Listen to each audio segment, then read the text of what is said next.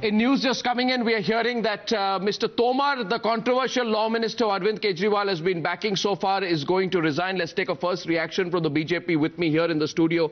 In fact, Pooja Shali is with us on the phone line. Let's break the story first and get your reaction, please. So he's being asked to go, which means Arvind Kejriwal has realized that he was really, backing the wrong person here. It's a loss of face for Kejriwal. Why has he decided to sack Tomar now? In fact, what we are being told is that there will be no official announcement, but the meeting, in fact, is still currently on at Deputy Chief Minister's residence. They are still deliberating. Officially, they haven't asked Tomar to submit that resignation, but that is what the final conclusion is expected to be. But they'll be the announcement will be very interesting because they will continue to say that we back the minister, we still back the man, we still support him, but we want to be right now sure that considering law has taken its course and the matter has now got very serious, we would want to send out feelers that we've decided our man to submit his resignation. Now, do we call it sacking? Do we call it resignation? These are the words that are going to be discussed upon. Doesn't matter. But it is very likely that Jitendra Singh Tomar will be asked to resign, but it will put in a manner that it will be Tomar's decision to resign on moral grounds than Delhi government asking him to put forth his papers. Right. Pooja Shali, thanks very much for that. Thank you. Well, India has avenged the killing of 18 bravehearts in Manipur in a surgical strike that was under wraps until this evening. The hot pursuit of these terrorists was carried out with the government of Myanmar's help. A message has been sent to everyone, therefore, who dares to target our forces at the border. June 4th, 2015, 18 soldiers martyred in Manipur. The Indian Army suffering its biggest casualty in almost 2 decades. Less than 5 days later, the Army's response, swift, surgical and almost unprecedented. Early this morning, the Indian Army engaged 2 separate groups of militants along the Indo-Myanmar border at 2 different locations along the Nagaland and Manipur border. Significant casualties have been inflicted on the militants, and as a consequence of this operation, threats to our civilian population and the security forces personnel have been averted. What was commendable about the army operation was that they crossed into the Myanmar border in a rare attack to avenge the massacre. In the course of last few days, very credible and specific intelligence had been received regarding further attacks that were being planned to be carried out inside our territory.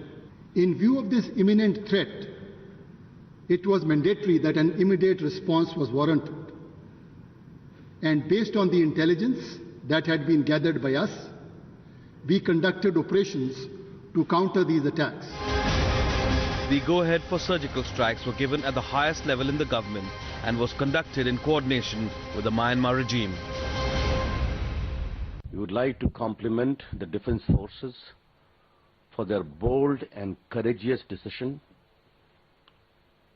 to nail down the extremist on the India-Myanmar border. The successful army surgical strike notwithstanding, the June 4th massacre highlighted lapses. But analysts believe today's operation sends a strong message. The precision attack by the Indian Army on 2 rebel positions on the Indo-Myanmar border reflects, to my mind, the government of India's intent in coming down heavily on terrorists out to target the Indian state or symbols of the Indian state, particularly the security forces. I would call it a pincer attack because the Myanmar army was giving support to the Indian para-commandos which actually led the assault. The ambush exposed the deadly nature of terrorism in the northeast. But the army's response has now put terrorist groups operating across the border in its place. Bureau Report, Times Now.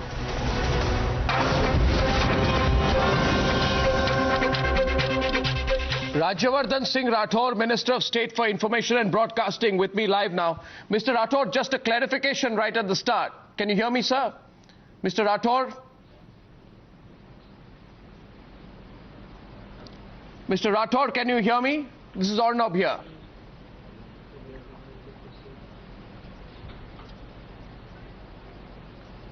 Mr. Rathore, are you there, sir? No, I don't think I have Mr. Rathore with me. Okay, so I'll come back to Mr. Rathore later. I'd like to get Maruf Raza in the meantime with us. Maruf, good evening. What do you think is the significance of this particular counter-strike by India?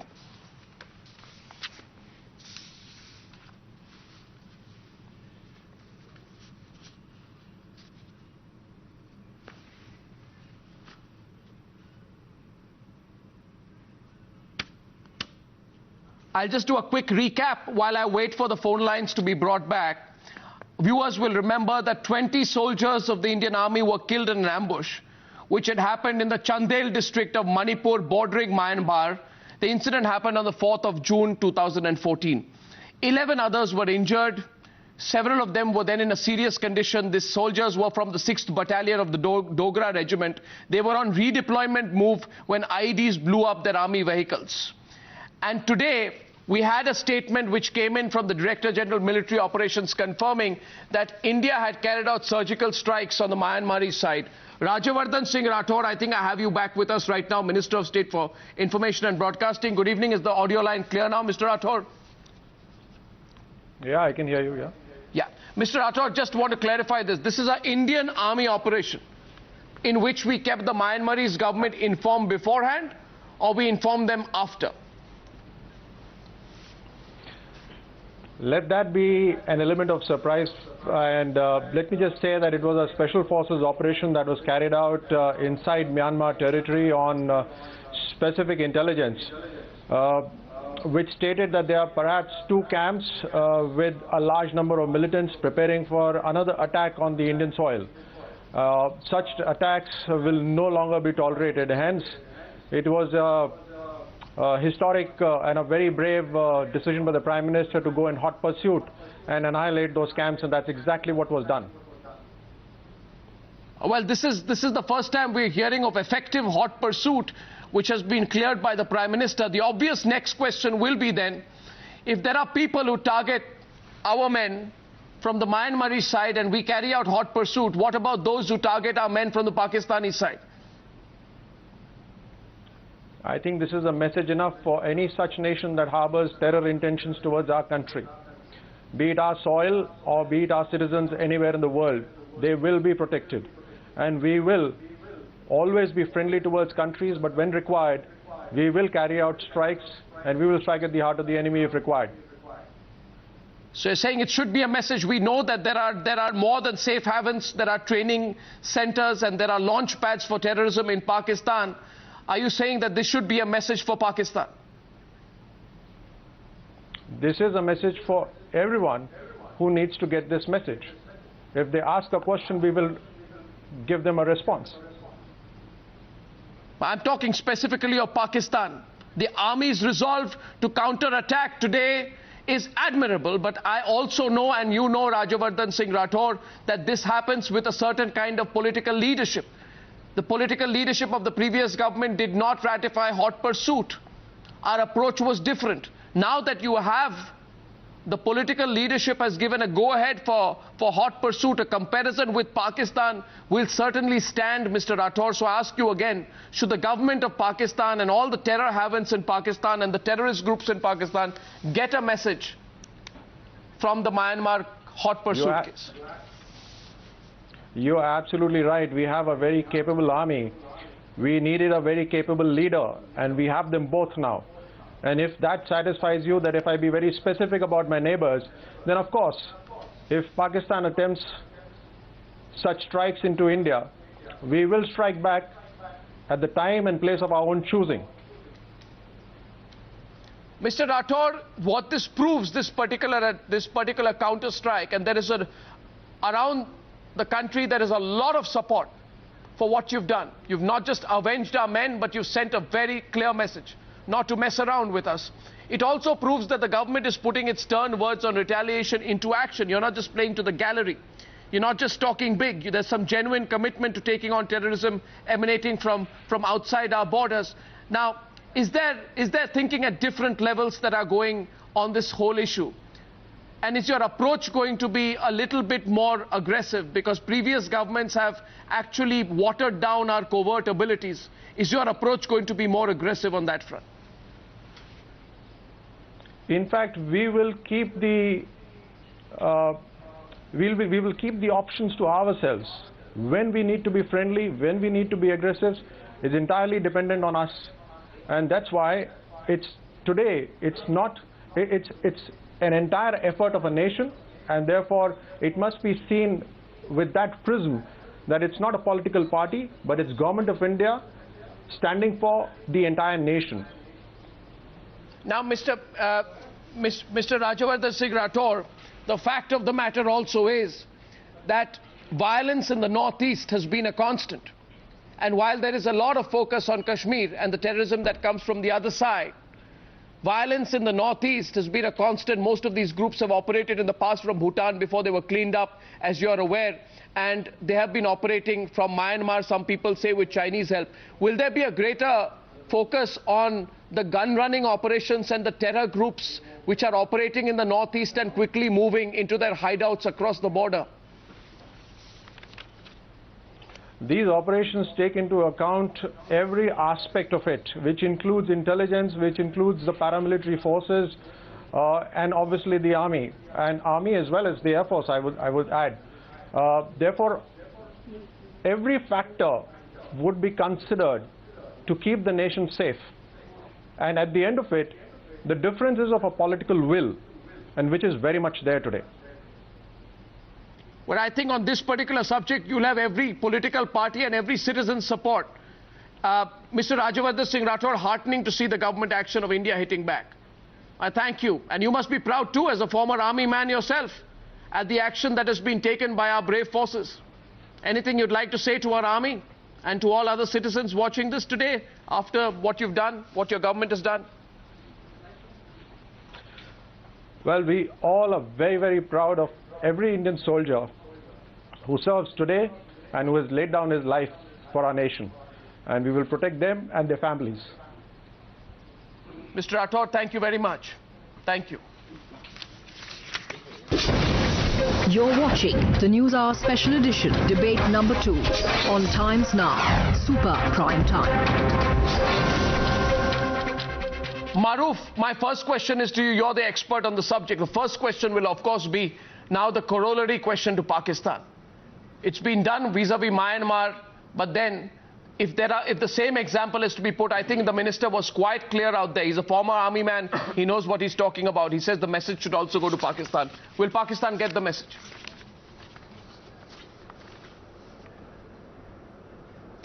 Well, no, Pakistan wouldn't have not just got the message, but my suspicion is, and mark my words, in the next day or two, you'll find a lot of threatening statements coming from Pakistan because they are guilty of having sponsored cross-border terror for about 25 years in J&K and other parts of India.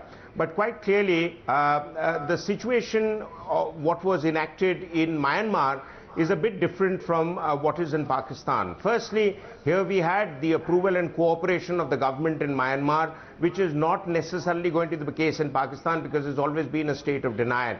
The second thing is Pakistan's terror groups that operate are proxies of their army. In the case of Myanmar, they are actually enemies of the state in Myanmar, but they operate out of the Kachin areas, which are largely loosely governed and therefore gives them a lot of freedom of movement to hit Indian targets and get back. Having said that, what India has exhibited, that it has the capability in its forces, and especially the special forces units that operate both in the northeast, and I've spoken to special forces people who operate in J&K, and they are just waiting for the green signal. If the political party and the leadership has the courage to give them the green signal, and believe me, they can go across from time to time and give a resounding knock to some of those terror camps that operate across the LOC. The pointed issue is, as Colonel Rathore brought out, that this has to be done as a point of our choosing, and the element of surprise has to be retained. Equally important is that we have to give our troops, the special forces that operate, a reasonable chance of survival to come back, because the turnaround period for such operations is very limited. Therefore, they have to slink in undetected, hit the target and get back undetected. If you can ensure that, and most special forces operations are built on that premise, if you can ensure that, you have a success story waiting for yourself even across Pakistan, though there will be many naysayers in India and many peaceniks who will try and say that Pakistan will then start doing the nuclear drum beating. But the peaceniks are a minority now. It's about time Pakistan's bluff needs to be called. Atul Kumar Anjan of the left and Jaiveer Shergill, would you both like, starting with you Atul Kumar Anjan, would you like to congratulate the Narendra Modi government for the tough action that it has taken with an immediate military retaliation of this nature which no previous government has done? Would you like to congratulate the Narendra Modi government, Atul Kumar Anjan, for the prompt and clinical action that it has taken just 5 days after the dastardly attack on our soldiers? Arnav, if I have to congratulate Narendra Modi government or Narendra Modi, then I should also criticize that such type of situation has been created where our military people are being subject of all sorts of action and reaction. So be a nationalist on this subject. Brutality. I just want to say, in a very limited situation, a situation has come where our military people were killed, and our military people and our strategists, they had specific information. Then across the border, there are people, disgruntled elements, those who did this crime, this heinous crime. They have attacked the Indian military forces and they have killed our jawans. So you should show more grace on the subject. Specifically talk to the Myanmar government, and that is the first time Myanmar government also agreed. At least today, out of respect for our soldiers, don't just politicize it. This is an opportunity, Mr. Atul Kumar Anjan.